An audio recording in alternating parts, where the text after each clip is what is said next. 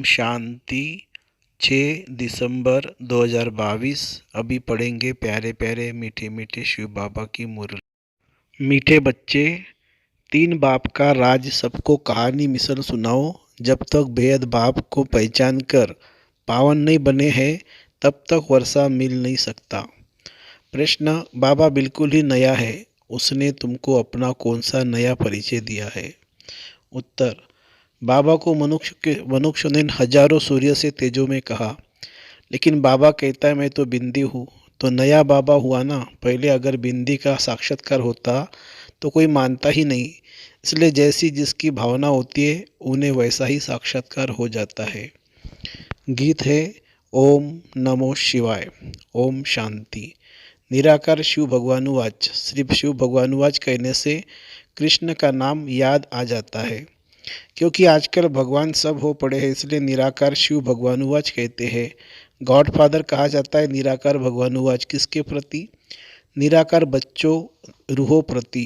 रूहानी भगवानुवाच व ईश्वरवाच ये अक्षर शोभता नहीं है, निराकार भगवानुवाच शोभता है। अब घड़ी घड़ी तो नहीं कहेंगे, यह तो बहुत गुप्त है, इनका चित्र निकल न सके। बिंदी लगाकर भगवानुवाच लिखे तो कोई मानेंगे नहीं। भगवान की यथार्थ नाम रूप देश काल को कोई जानते ही नहीं है।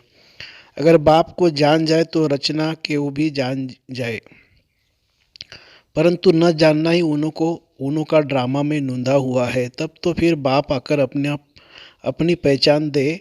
बाप कहते हैं जब मेरा पाठ होता है पतितों को पावन बनाने का, तब ही आकर मैं अपनी पहचान देता हूँ। पुरानी दुनिया को नया बनाता हूँ। पुरानी दुनिया में रहने वाले मनुष्य नई दुनिया में रहने वाले मनुष्य को पूजते हैं। तुम बच्चों को समझाना है, जबकि ऋषि मुनि आदि सब कहते हैं हम रचता और रचना को नहीं जानते हैं। फिर तुमने कहाँ से जाना? अगर तुम बाप को रचना को जानते हो तो हमको नॉलेज दो। कभी कोई को दे नहीं सकते, वर्षा दे न सके। तुम बच्चों को बाप से वर्षा मिल रहा है। तुम जानते हो बेहद का बाप आया हुआ है नई दुनिया का वर्षा अथवा सुख देने। तो जरूर दुख खत्म हो जाएगा। वह है सुखधाम, यह दुखधाम। अब इस दुखधाम का विनाश होना है। नई दुनिया ही अब पुरानी हुई है, फिर नई बन जाएगी। नई दुनिया को सतयुग, पुरानी दुनिया को कलयुग कहा जाता है। नई दुनिया में जरूर मनुष्य थोड़े होने चाहिए। सतयुग में एक ही धर्म था, इस समय तो अनेक धर्म है। दुख भी है, सुख से दुख, सुख से दुख, दुख से फिर सुख होता है। यह खेल बना हुआ है। दुख को देते हैं ये किसी को पता ही नहीं है। रावण को माया कहा जाता है, धन को माया नहीं कहा जाता है। विकारी मनुष्य जानते हैं कि देवताएं निर्विकारी है, परंतु उन्हों को विकारों का नशा चढ़ा हुआ है। देवता को है निर्विकारी बनने का नशा। वहाँ अपवित्र कोई होते नहीं। संगम पर ही तुम बच्चों को पवित्रता का राज समझाया जाता है। तुमको फिर औरों को समझाना है। बाप तो सारी दुनिया को बैठ समझाएंगे नहीं, बच्चों को ही समझाना है। परंतु समझाने की बड़ी युक्ति चाहिए। सबको बताओ, भारत जो स्वर्ग नई दुनिया थी अब वो पुरानी हो गई है।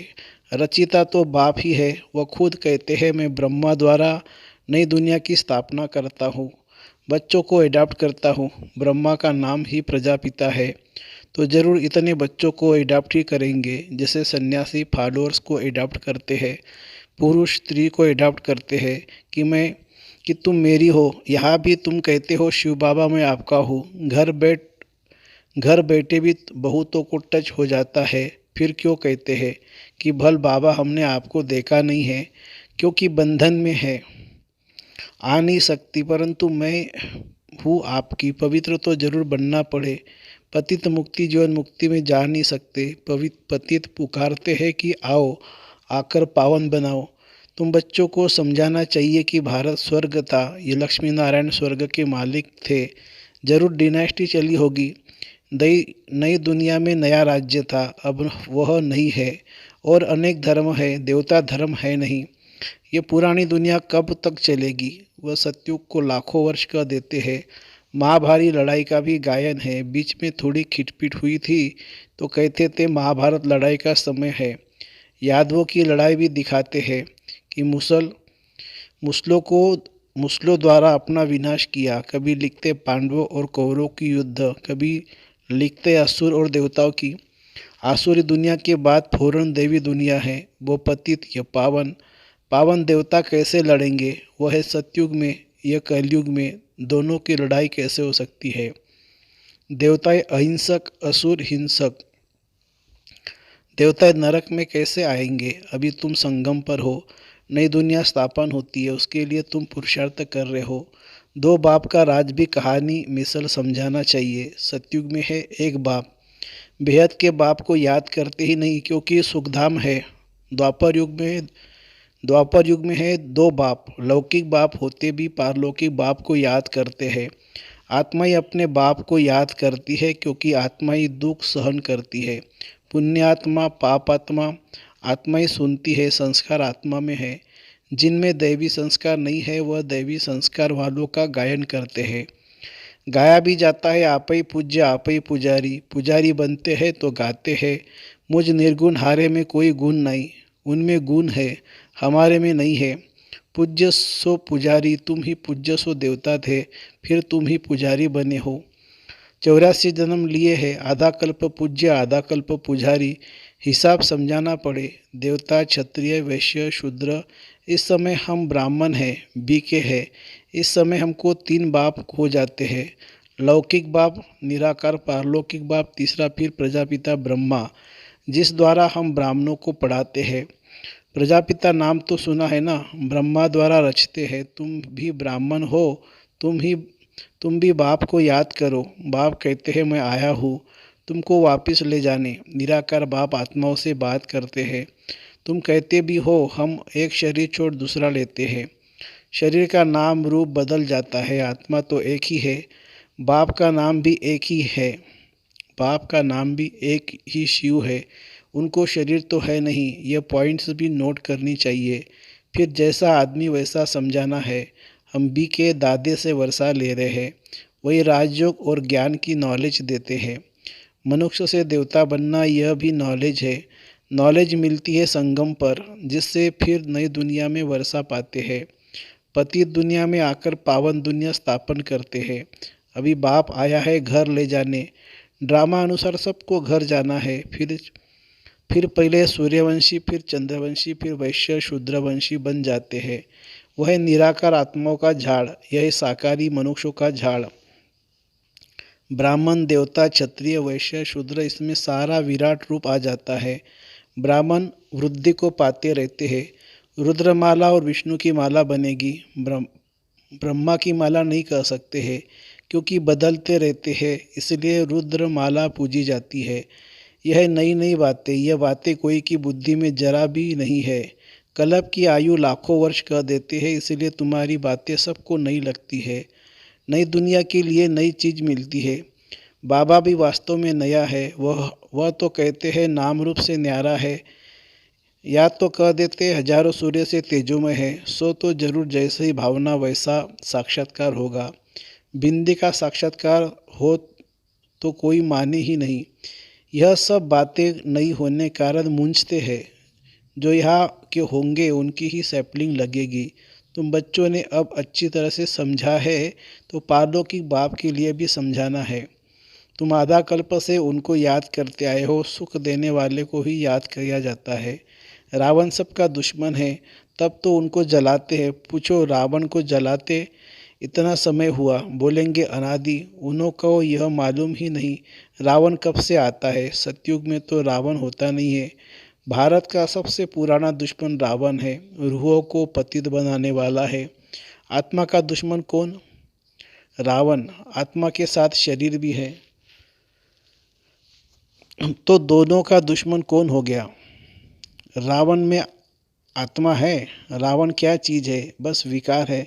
वैसे ही रावण में भी आत्मा है। रावण 5 विकारों को कहा जाता है। आत्मा में ही 5 विकार है, जिसका पुतला बनाते हैं। तुम जानते हो अभी है दुख, फिर सुख में जाना है तो जरूर बाप आकर ले जाएंगे। वही पतित पावन है। जैसे दूसरी आत्मा आती है वैसे यह भी आते हैं।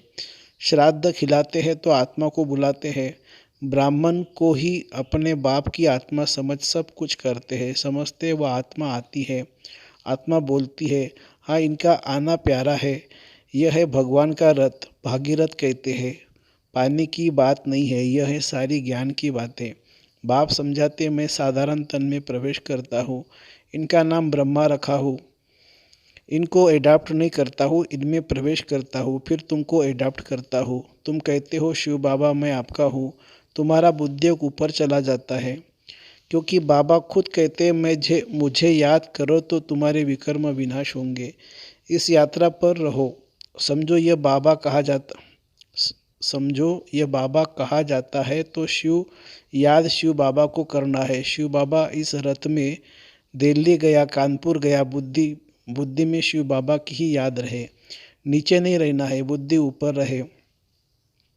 आत्मा परमात्मा बाप को याद करे। बाप कहते हैं मेरा रहने का स्थान तो वहाँ ऊपर है, हमारे पिछाड़ी यहाँ नहीं भटकना है। तुम मुझे भी वहाँ याद करो। तुम आत्माएं भी बाप के साथ रहने वाली हो। ऐसे नहीं बाबा का स्थान अलग तुम्हारा अलग है, नहीं, यह बातें बुद्धि में बिठानी है। एक एक को अलग, जैसे तुम कराची में समझाते थे वैसे अच्छा रहता है। इकट्ठे एक दो के वाइब्रेशन ठहरने नहीं देते। भक्ति भी एकांत में करते हैं, यह पढ़ाई भी एकांत में करनी है।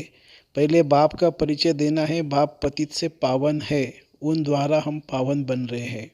बाप कहते हैं बच्चे ये अंतिम जन्म पावन बनेंगे तो विश्व के मालिक बनेंगे। कितनी बड़ी कमाई है। बाप कहते धंधा आदि भल करो, सिर्फ मुझे याद करो। पावन बनो तो योग बल से तुम्हारी खाद निकल जाएगी, तुम सत्व प्रधान बन जाएंगे, एक रस कर्मातीत अवस्था बन जाएगी। बुद्धि में ज्ञान का सिमरन करते रहो।